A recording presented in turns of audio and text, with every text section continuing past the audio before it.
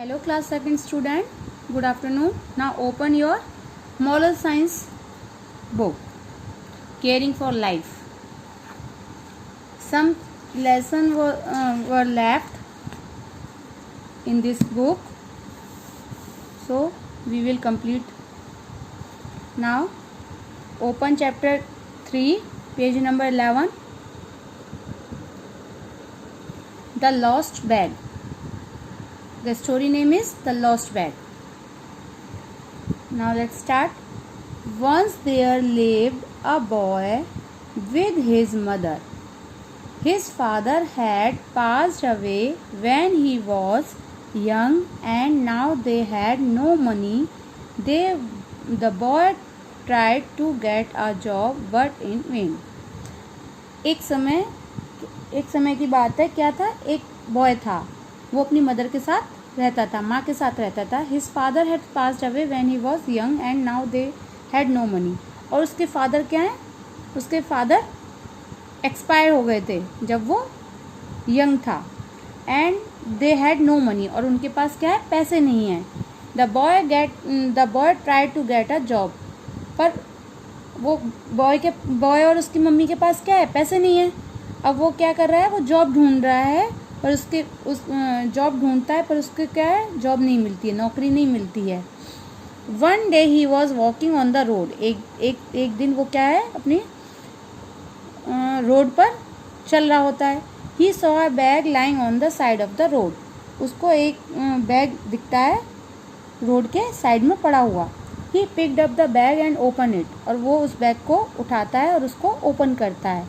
There was a huge amount of money in the bag and an address card of the owner of the bag.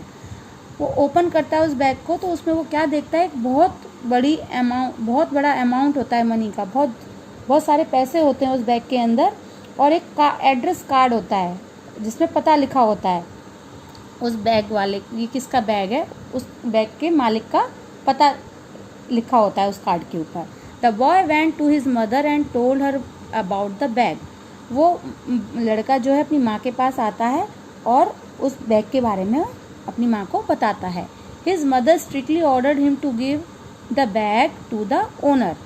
उसकी mother ने क्या किया, उसको strictly, बहुत strict होके, बहुत गुस्से में होके उसकी मदर ने उसको ऑर्डर दिया कि आप तुरंत जाकर उस ओनर को, उस बैग के मालिक को देकर आओ. The boy reached the owner house and handed over the bag to him. Boy कहाँ पहुँचा, उस बैग के मालिक के घर. And hand over the bag to him. और उनको बैग जाकर हाथ में दे दिया. The owner was a very rich businessman and he had many factories. जो ओनर था, जो बैग का मालिक था, वो क्या था, बहुत बड़ा बिजनेसमैन था और उसके बहुत सारी क्या थी, फैक्ट्रीज थी उनके. He was very thankful and glad to see the honesty of the boy. वो जो मालिक था, वो उस बच्चे की, उस लड़के की ऑनेस्टी, ईमानदारी देखकर बहुत खुश हुआ. Now turn your page. The rich man asked the boy where he was working. Rich man ने उस लड़के से पूछा कि तुम कहाँ काम करते हो. The boy told him his sad story and how poor his family was. Boy ने बहुत उदासी के साथ में अपनी घर की जो हालत थी, अपनी जो स्टोरी थी, वो उस बिजनेसमैन को, उस बैग के ओनर को बताई. The rich man was very impressed with the honesty of the poor boy. जो रिच मैन था, जो ओनर ऑफ द बैग था, वो बहुत ही इम्प्रेस हुआ. किससे, बॉय से, कि उसने अपनी ईमानदारी के साथ में अपने जो घर की स्थिति थी उसने उसको बताया और अपनी माँ के बारे में बताया. And gave him a good job in his factory.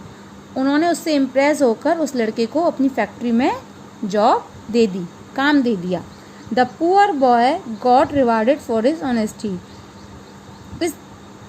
और उस बच्चे को, उस गरीब बच्चे को रिवार्ड, एक अवार्ड दिया गया है. किस लिए, उसकी ईमानदारी के लिए.